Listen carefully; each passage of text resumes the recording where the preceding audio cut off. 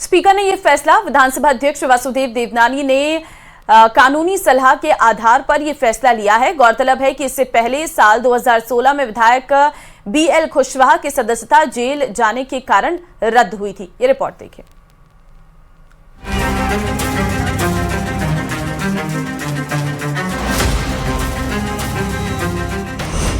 BJP विधायक कंवरलाल की विधायकी खत्म। स्पीकर वासुदेव देवनानी ने लिया फैसला। 20 साल पुराने मामले में मिली थी 3 साल की सजा। 6 महीने में अंतर सीट पर फिर होगा उपचुनाव।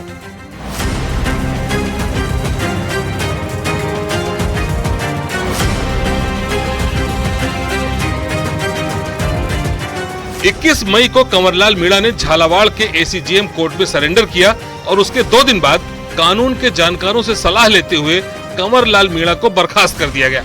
हालांकि विपक्ष काफी लंबे वक्त से कंवरलाल मीणा की बर्खास्तगी की मांग कर रहा था। विपक्ष ने राज्यपाल से लेकर विधानसभा अध्यक्ष से मुलाकात कर बर्खास्तगी की मांग की थी। ये मालूम था यहाँ पर सभी को, उसके बावजूद भी स्पीकर साहब ने क्यों देरी की वो तो वो जाने, पर वो तो कानून कहता है कि जैसे ही आपकी सजा सुनाई गई कोर्ट में जिस दिन, उस दिन से मेंबर से समाप्त है बस। तो इसकी तो सजा सुनाई गई थी। कोई 18-19 साल पुराना केस है ये। जो कहते हैं ना कानून के हाल बहुत लंबे होते हैं, उसका ये उदाहरण है, समझ लीजिए आप। हर व्यक्ति को कानून की पालना करनी चाहिए। सत्यमेव जयते।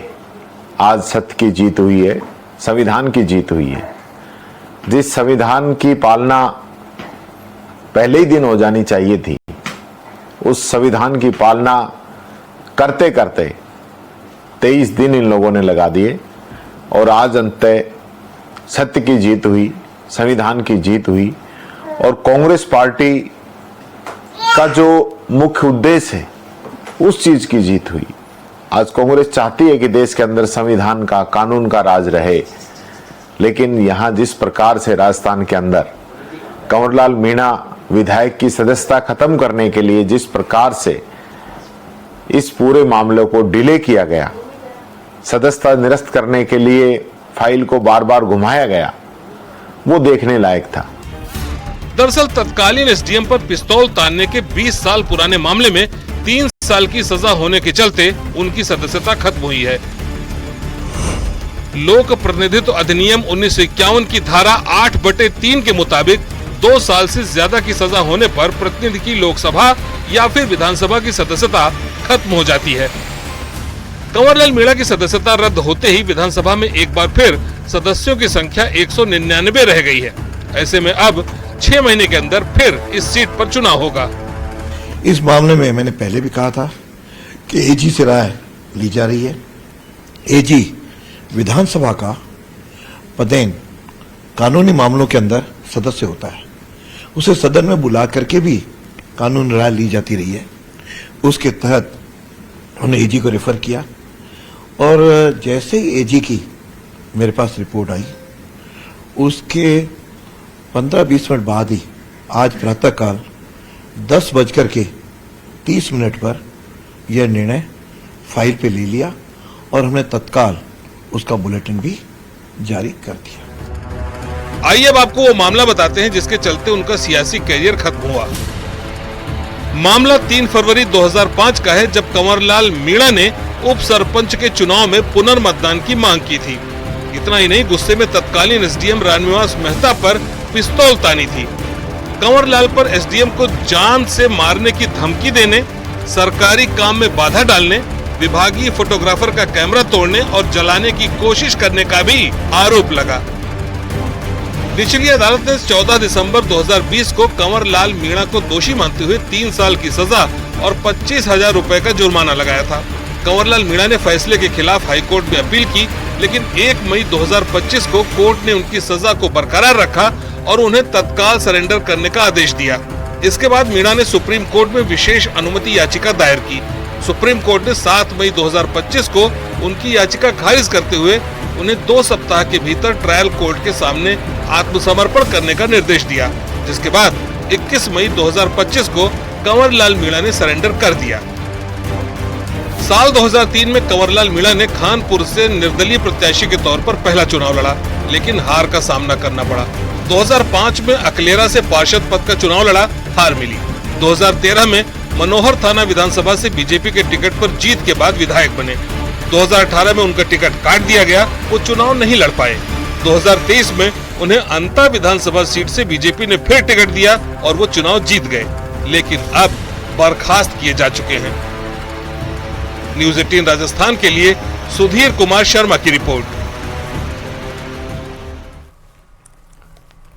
और उधर चुरू से बीजेपी विधायक हरलाल सहारण की भी मुश्किलें बढ़ गई हैं। 10वीं की फर्जी मार्कशीट मामले में कोर्ट ने संज्ञान लिया है। एसीजेएम सरदार शहर ने सुनकर लगाया है चार्ज और विधायक हरलाल सहारण पर आईपीसी की कई धाराओं में चार्ज लगाया गया है। विधायक हरलाल सहारण पर 2015 में फर्जी मार्कशीट लगाकर जिला परिषद सदस्य का चुनाव लड़ने का आरोप है। इस मामले में अगली सुनवाई 30 मई को होगी।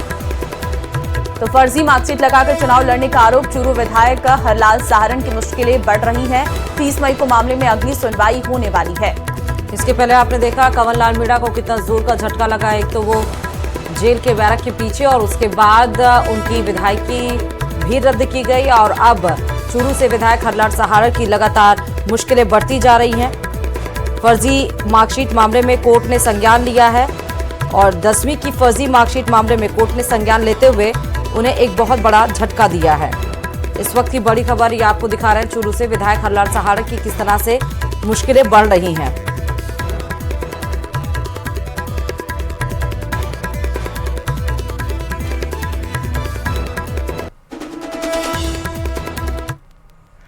एसआई भर्ती परीक्षा रद्द करने की मांग को लेकर नागौर सांसद हनुमान बेनीवाल का धरना जारी है। हनुमान बेनीवाल के धरने में मंत्री डॉक्टर किरोड़ी लाल मीणा भी पहुंचे। हनुमान बेनीवाल ने कहा कि 25 मई को राजस्थान का युवा राजधानी पहुंचेगा। दरअसल एसआई भर्ती 2021 और आरपीएससी को लेकर हनुमान बेनीवाल का आंदोलन बढ़ता जा रहा है। 25 मई को आरएलपी प्रमुख जयपुर में हुंकार रैली करेंगे और इस रैली में बड़ी संख्या में प्रतियोगी परीक्षाओं की तैयारी करने वाले छात्रों से शामिल होने की अपील की जा रही है। तस्वीरें उस वक्त की आपको दिखा रहे हैं जब हनुमान बेनीवाल के धरने पर पहुंचे किरोड़ी लाल मीणा। एसआई भर्ती में बड़े पैमाने पर धांधली हुई है। युवाओं से की 25 मई को रैली में आने की अपील। एसआई भर्ती रद्द हो, हनुमान बेनीवाल की ये मांग लगातार बढ़ती जा रही। को मानसरोवर के अंदर 1 लाख जवानों की बड़ी रैली है और राजस्थान भर में बड़ा उत्साह नौजवानों के अंदर। इस 50 डिग्री तापमान पर भी वो राजस्थान की राजधानी के अंदर पहुंच के और ज़्यादा गर्मी, यहाँ का राजस्थान का नौजवान गर्मी देगा यहाँ पे और सरकार की चूल्हें हिला देगा। और इस बार नौजवान यहाँ ऐसा करके जाएगा कि दोबारा से पेपर लीक की घटनाएं नहीं हो, सरकार पुख्ता प्रबंध करे। डूंगरपुर से इस बीच बड़ी खबर आ रही है। दुकानदार पर बदमाशों का हमला देखने को मिला है, जहां सामान के पैसे मांगने पर दुकानदार पर हमला किया गया है। बीच बचाव के लिए आए 3 युवकों को भी मार डाला है इसमें और सभी घायलों को अस्पताल में भर्ती करवाया गया है। रामसागरा थाना क्षेत्र के गामडी आहाडा गांव की ये पूरी घटना है। तो दुकानदार पर बदमाशों का ये आतंक देखने को मिला है, जहां पर बदमाशों के द्वारा दुकानदार पर हमला किया गया है और वजह थी सामान के पैसे मांगे थे दुकानदार ने, जिसके चलते इन बदमाशों ने हमला कर दिया। बीच बचाव में आए जब 3 युवक तो उनको भी मारा गया है। फिलहाल सभी को अस्पताल में भर्ती करवाया गया है और पुलिस आगे इस पूरे मामले की जांच में जुटी हुई है।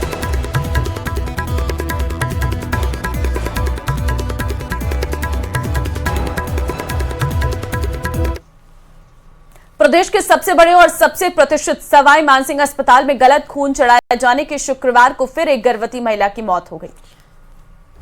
मृतक महिला के परिजनों ने आरोप लगाया है कि गलत खून चढ़ाने के चलते उसकी मौत हुई है। महिला का ब्लड ग्रुप बी पॉजिटिव था और जबकि उसे ए पॉजिटिव खून चढ़ा दिया गया। दरअसल टोक के निवाई की इस गर्भवती महिला को एनीमिया और प्रेगनेंसी की अन्य जटिलताओं के चलते एसएमएस अस्पताल की आपातकालीन इकाई में भर्ती कराया गया था।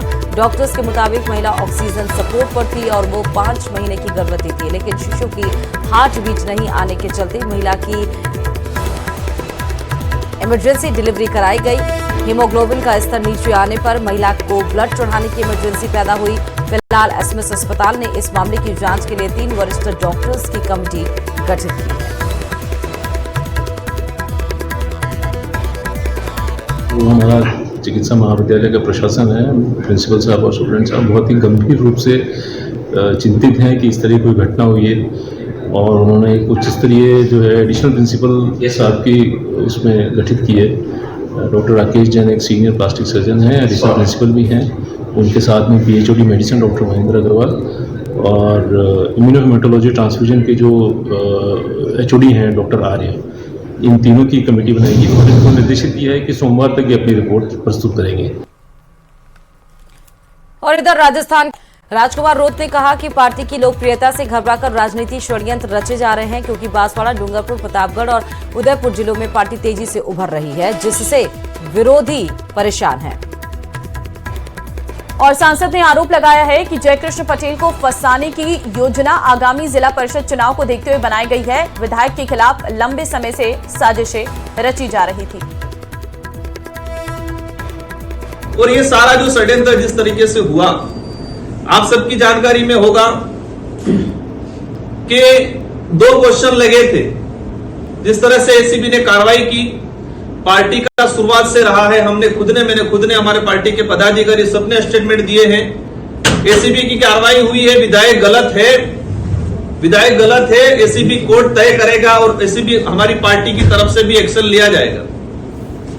लेकिन जिस तरह से कहानियां सामने आई बनी बनावट वाली, एसीबी के डीजी साहब ने प्रेस कॉन्फ्रेंस के दौरान कहा कि विधायक ने संपर्क किया और एफआईआर की कॉपी हमने पढ़ी। एफआईआर की कॉपी में क्लियर है कि विधायक ने उस पार्टी से संपर्क नहीं किया, उस पार्टी ने विधायक से संपर्क किया। पूरी एफआईआर को पढ़ी हमने। पूरी एफआईआर में 42 बार 40 से 42 बार दोनों की आपस में चर्चाएं हुई है और इसमें से 28 बार उस आदमी ने आगे से संपर्क किया है। विधायक की तरफ से 11 बार कॉल हुए और 11 बार में भी लगभग 7 बार तो रिप्ले में कॉल किया गया। राजस्थान की तपती धरती पर सियासी तकरार तेज होने जा रही है। कांग्रेस बिजली पानी के मुद्दे पर सरकार को घेरने की तैयारी में जुटी है, जबकि बीजेपी कांग्रेस के आरोप को सिरे से खारिज कर रही है। ये रिपोर्ट देखिए।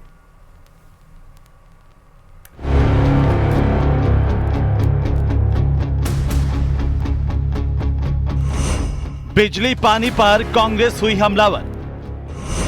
भीषण गर्मी में कैसे होगा बेड़ा पार? बीजेपी बोली आरोप निराधार।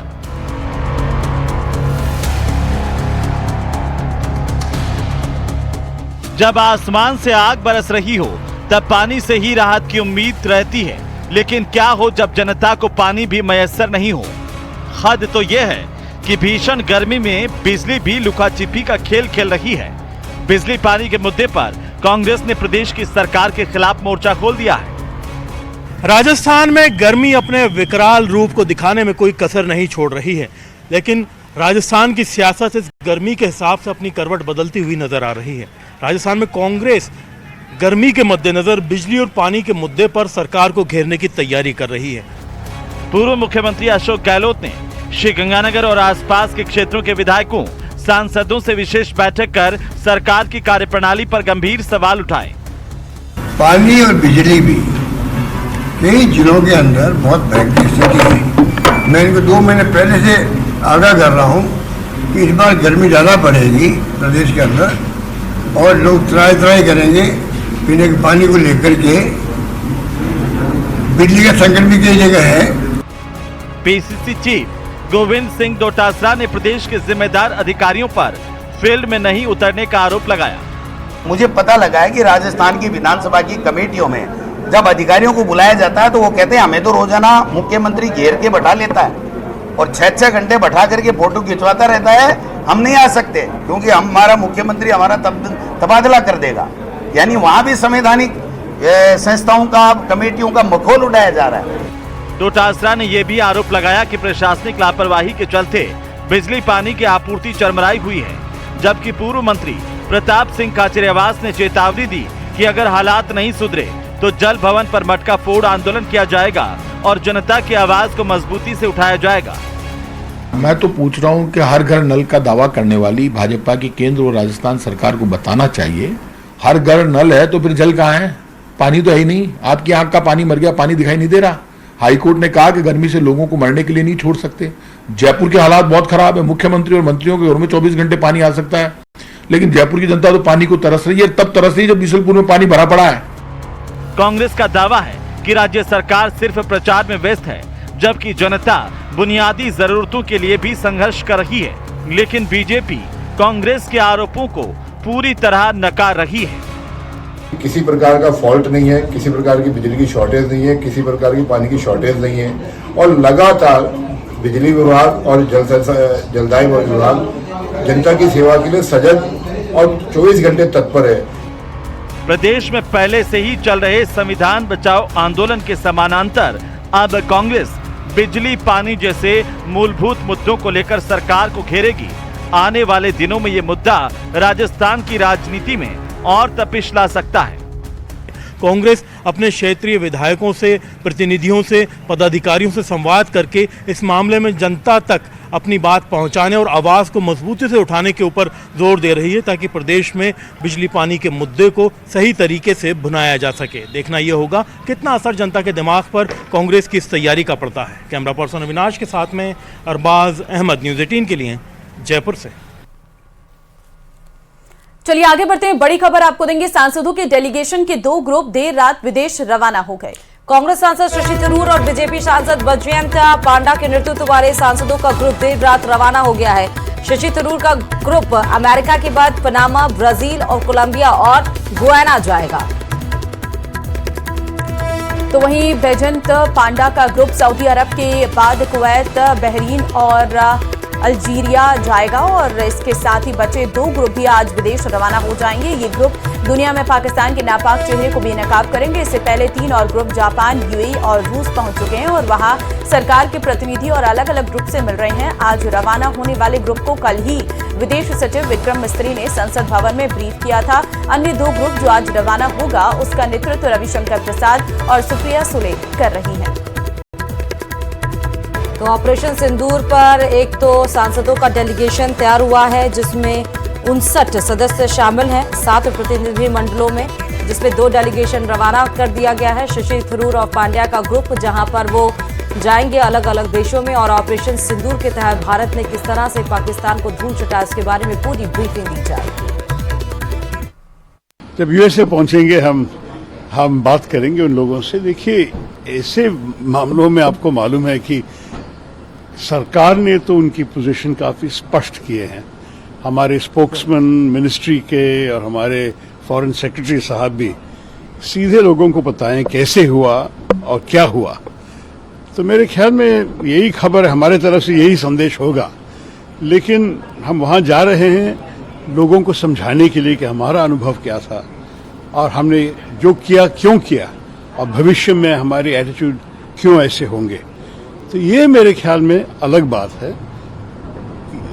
ये तर्क करने के लिए हम नहीं जा रहे हैं, हम समझाने के लिए जा रहे हैं, लोगों से मिलने के लिए और हमारे जो भी हमने सह लिया है कुछ सालों से, इसके बारे में बोलने के लिए।